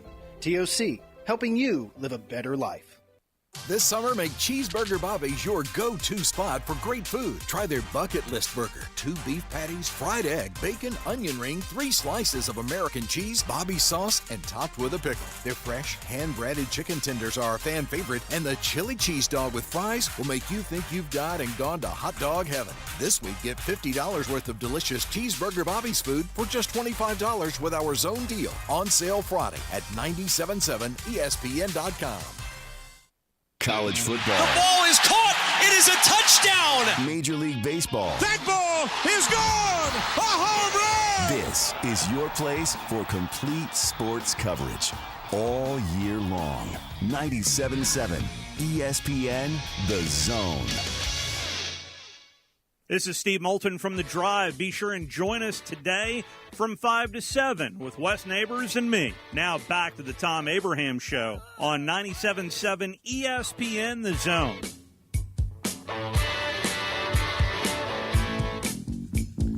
Coming up at the end of the month, June 29th and 30th, it's HydroFest returning to Guntersville Lake with 4 classes of boats racing on the fastest water in the South. 2 full days of racing.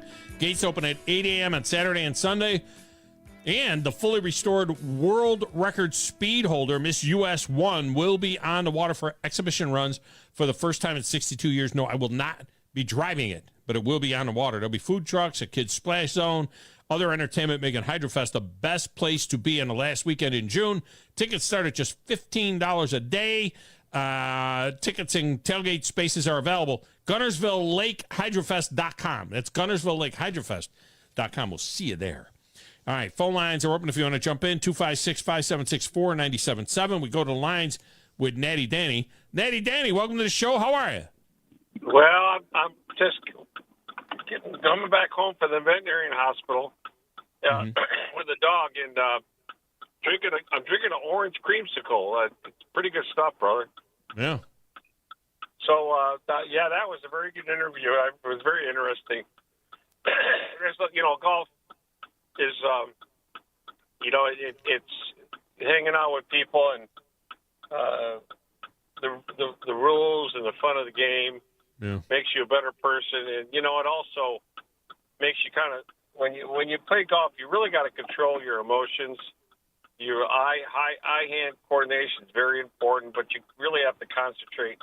So there's a lot involved in golf, Tom. I just, and you can do all that, and you still don't play that well. But, it's just that one shot or that long putt, it brings you back. It really does. I mean, unless you're a pro, you got all your shots, Well, it's the 6 inches. It's the 6 inches between the ears. You know what I mean? That means so much in golf. It is amazing how much the mental game is, and with golf, and like you haven't been one that's played this thing all my life. It's incredible mentally, and even things like what the conditions are that you're playing on. I was playing with my son a week or two ago, and it was greenside and had a nice fluffy lie and a perfect piece of grass and everything, and I just knew I was going to hit this ball stiff. I knew it, and almost chipped it in. And then other times, you're on hard pan or this or that, and it gets in your head, and you can't perform. And so there's so much of it with golf. So much of it is mental, especially when you're playing competitively. I don't know where you've played this year so far, but I've played many courses. Played once this year. I will say there's something going on. Fairways are burned up pretty good. It's almost like there's nothing ever been grown there before. It's when I say burned, it's almost like a real dark color. The green. Well, there was something spotty. Yeah, the director of golf over Pete Sands was telling us this. The director of golf over at Cherokee Ridge, there was some sort of winter kill that happened, some sort of winter condition that made it really, really tough. And I'm not sure what it was that did a lot of damage to a lot of courses. Some courses had to rebuild. I heard that. I think Huntsville Country Club had to redo all of their greens. They had to rebuild all their greens. So some places were, got hit pretty hard this winter. Well, be patient, everybody out there. These groundskeepers are doing the best they can. You do what you can do. Sometimes you get on a green like that, Tom. You just call it an automatic two-putt and be done with it. You know what I mean? Yeah.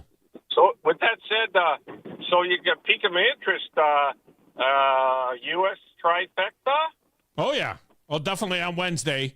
We'll have the U.S. Open Fecta on Wednesday, and it'll be like the Tiger Woods days when we say, okay, Scotty and who? Give me two other guys with Scotty, because everybody's going to want Scotty, coming off the win at the, at the Memorial. I want to say this though about. Well, go ahead, finish your thought, because I got a thought on Scotty Scheffler. I'll finish. I'll get off the phone. Yeah. I don't know if you don't want me to play this thing because you're pretty good at this. I win them all. We win them all. You do win a lot of them. LSU Litch, are you going to take my picks like you rolled my coattails, bro? You did ride your coattails. All right, thanks for the call, Dan. He rolled my coattails. He knows. Yeah, he did. If you're listening, brother, how about a little pop of the foam on top next time you see me, okay? There you go. You got to touch people up, Tom. When you got someone touching you, you got to touch them, if you know what I mean. We call that a tribute where I'm from. We call it a little tribute. All right. Thanks for the call, Natty Danny. Appreciate you. Trifecta, bro. All right. We'll get you in on Wednesday. I think Scotty Scheffler is obviously amazing. There's no doubt about it. And there's been a lot of Tiger Woods comparison because he's doing things that are Tiger Woods like. The 5 wins before the U.S. Open is a very rare thing. Nobody's done that since Tiger in 2004. And they keep Tiger this and Tiger that and Scotty Scheffler and the comparisons. And I understand it because it is factual. But here's the other part of it that we have to be in agreement on. We're split in golf. I mean, Scotty Scheffler is dominating a tour that is lacking at least 10 or 12 real solid competitors that would be in play. The Brooks Koepkas, the Bryson DeChambeau, the guys he only sees 4 times a year. You know, these guys that have a real chance to win a tournament, even a Patrick Reed and Cameron Smith and some of these other guys that are legit. I know I'm leaving guys out. Of course, John Rahm, who's been injured anyway, hasn't played well on the LIV Tour. So the tour that Scotty Scheffler, the field that Scotty Scheffler is dominating is not the same as when Tiger Woods was dominating. When Tiger Woods was dominating, he was dominating the best field in the world, period, end of story. There was no doubt. It wasn't like there were guys that were off doing other things. This field is split. When you take those top names that are at LIV Golf out of this field, the week in and week out tournaments, and even a tournament like the Memorial, which is one of the big ones, you know, which is one of the premier events, if you will.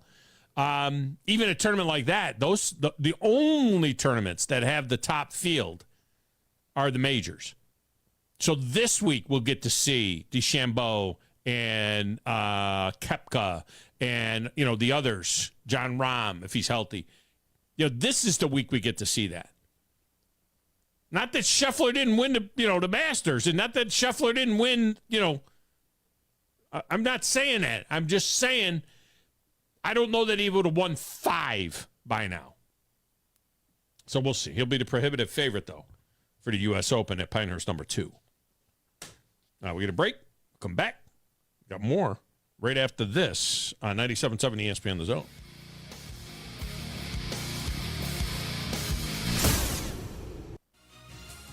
You're listening to the Thom Abraham Show on 97.7 ESPN The Zone.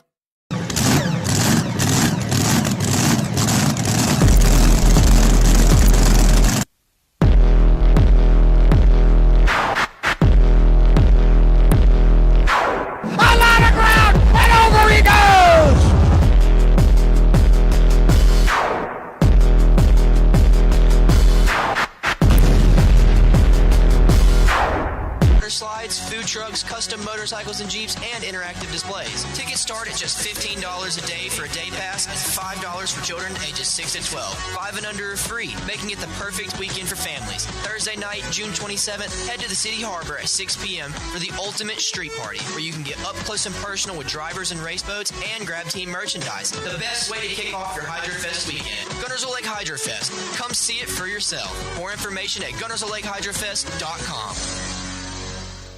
You've got to experience Toyotathon at Bill Penny Toyota. They've got the selection with over 700 new Toyotas to choose from. And they've got the extras with Bill Penny perks and a 10-year unlimited warranty. So get on over to Bill Penny Toyota today and experience Toyotathon. Bill Penny Toyota in Huntsville and online at BillPennyToyota.com. Bill Penny's Toyota 10-year unlimited warranty is valid through the 10th year of ownership. Valid on new vehicles only. See dealer for details. Not looking or feeling your best? No energy for the things you like to do? Ready to look and feel younger? Make your appointment at Advanced Life Clinic, one of the region's foremost destinations for patients interested in looking and feeling their best. Specializing in advanced laser treatments and weight loss, male and female rejuvenation to offset the effects of aging, and more. See how Advanced Life Clinic can help you enjoy your life again. Call 256-882-6555 or log on advancedlifeclinic.com. Hey folks, Bob Baumhauer here. We're extremely proud that Baumhauer's Victory Grill has been serving Alabama for 43 legendary years. Our motto is legendary fun, legendary food, and we strive to make every dining experience a special one for all of our guests. Our menu features delicious, always fresh and scratch-made in-house recipes. And of course, our award-winning wings and sauces. And don't forget, our happy hour and halftime daily specials cannot be beat. Baumhauer's Victory Grill, legendary fun, legendary food. Drivers who switch and save with Progressive could save hundreds, which could be life-changing. I mean, you could put that money towards that zero-turn lawnmower you've always wanted. And after using its edge-shaping technology to meticulously sculpt the face of the Mona Lisa into your grass, you'll become the undisputed king of Saturday morning lawn care, leaving your neighbor and sworn enemy Gary to question his place in the delicate neighborhood ecosystem. And it's all because you could save money switching at Progressive.com. Progressive Casualty Insurance Company and affiliates, not available in all states. There's the phone and no one to answer. 256-576-4977. And as a result, we got many, many phone calls and letters. Give us a call on the Neighbors Wealth Management Hotline today. 97.7 ESPN, The Zone.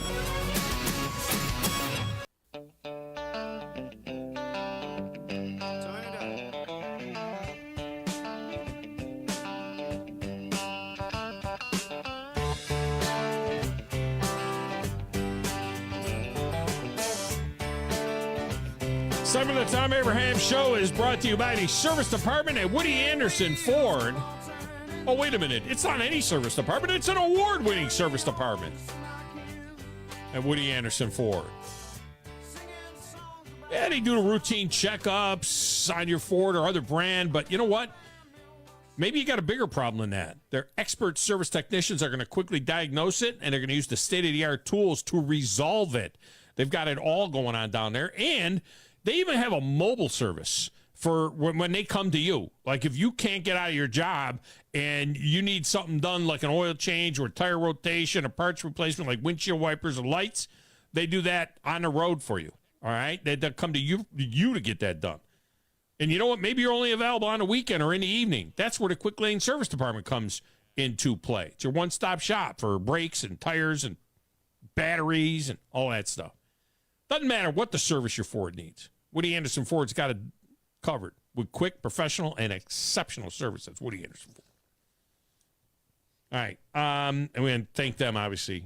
Title sponsor of the Woody Anderson Ford Rocket City Awards, presented by the the Huntsville Sports Commission. I know. That's the first time I've said National Sports Council. I didn't say National Sports Council. No, you didn't finish it. Yeah. I didn't finish it. I said Nashville, and I stopped. They're all those years doing the Huntsville Sports Commission, not the National Sports Council. In any event, Grizz, I always say this about sports.